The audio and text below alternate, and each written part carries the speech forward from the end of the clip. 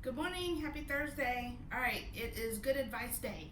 So this is good advice video number 2. I'm gonna do 3 so I can make it kind of quick. If this is your first good advice video, good design advice is the Instagram that I'm taking everything from. So look them up, follow them, good shit.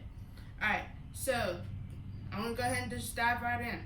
The first one I'm gonna read was from 3 days ago. It says make fucking mistakes. I'm gonna go ahead and read the description, and then if I need to add to, I will. All right, don't make danger come find you. That will piss it off. Whatever you do, you'll eventually do it wrong more than once. Whether that happened in your little sanctuary where you'll have nothing to show for it, but self-loathing and further isolation, or out in the world where you stand to acquire wisdom, conditioning, friendship is totally up to you. The only way to overcome the problems that lead to fucking up, like clumsiness, discomfort, frailty, and ignorance, is to go fuck up, and they aren't problems anymore. Okay, I butchered reading that, but basically saying that if you try to avoid fucking up, it's just gonna come hunt you down and make it happen, and it's gonna make it worse off. Get comfortable with the idea that shit's not always gonna go right. Shit's gonna go wrong. You're gonna do shitty work once in a while. It's not something that you do on purpose. It just fucking happens. Own it, learn from it, move on. I mean, it's making mistakes is how we learn.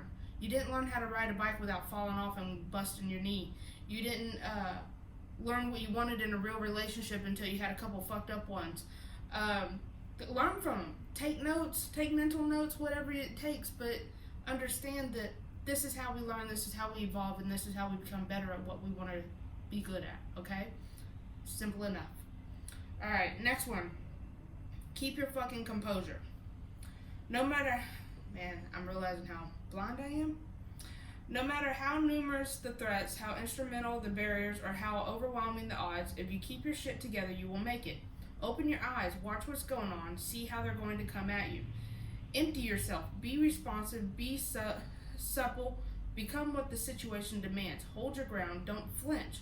Steady as she fucking goes. Let go of anything you don't need, slip through, don't look back, breathe, move, think.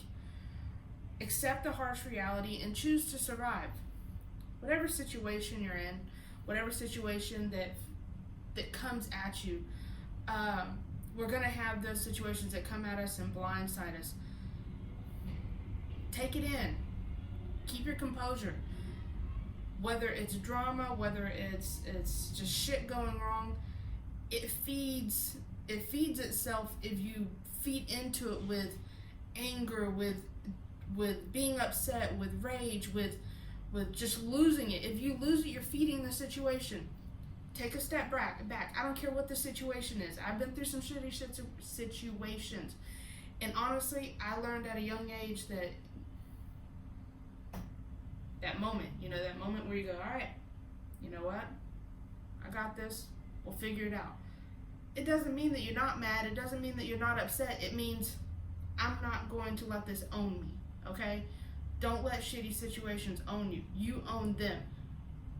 Keep your composure, keep your shit together. Don't feed into drama. It'll pan out. It really will. Alright, last one. Don't fucking censor yourself. I like this one, obviously. Alright, there's a time to listen and a time to be heard. A robust, agile intellect can find value even in disagreeable perspectives. The weak-minded will reject anything that clashes with their views. Culture, variety, grit, frankness, and difficult truths represent the challenges of the outside world. Strength and wrought from facing challenges. Resolving conflict is a necessary and healthy aspect of effective communication. There are no provisions in the natural order for delicate sensibilities. Sterility, there we go, leads to susceptibility. Alright, so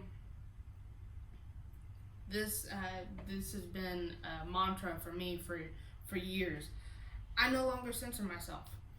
It's not that some people can take it as you don't care about other people's feelings. No, man. I listen to people. I listen to people and I help them as much as I can.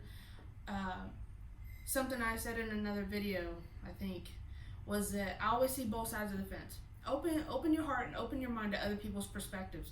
It doesn't mean you have to agree with them. It means that you might understand where they're coming from, how it affects them, why they see things the way that they do. When people, let's take Facebook for example, and there's so many people that bust out their opinions. It doesn't bother me if somebody has an opinion that is different than mine.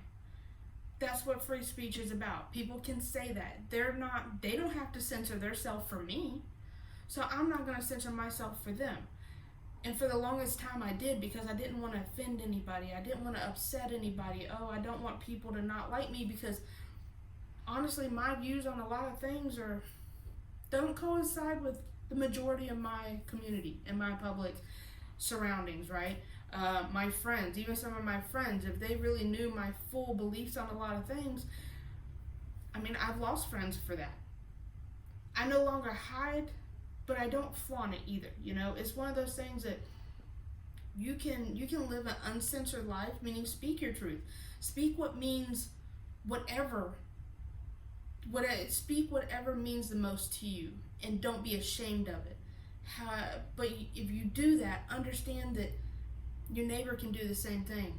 Your friend that doesn't have the same beliefs in you can do the same thing, and y'all can still respect each other. Okay?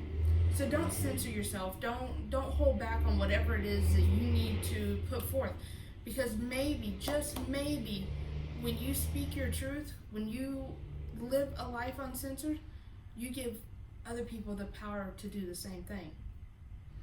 And that's really what life is about, is helping support each other. I don't know how many of y'all know this, and gets a little personal, but this tattoo here, which is kind of hard to read, but it means humanity above else. It means that I've made a promise to myself for the rest of my life that no matter your beliefs, your political stance, how many kids you have, what's your favorite dog, and what food you refuse to eat, I want to look at you as a human. I want to look at you as a person, and I'm going to treat you like a person. I'm going to treat you the same way I expect to be treated. And maybe the world would be a little better place if we all acted that way. Alright, so that was a short video. I made it right above 8 minutes. So hope that helps you round out the rest of this week. Think about these things this weekend, and I'll see you on Tuesday. Have a good day.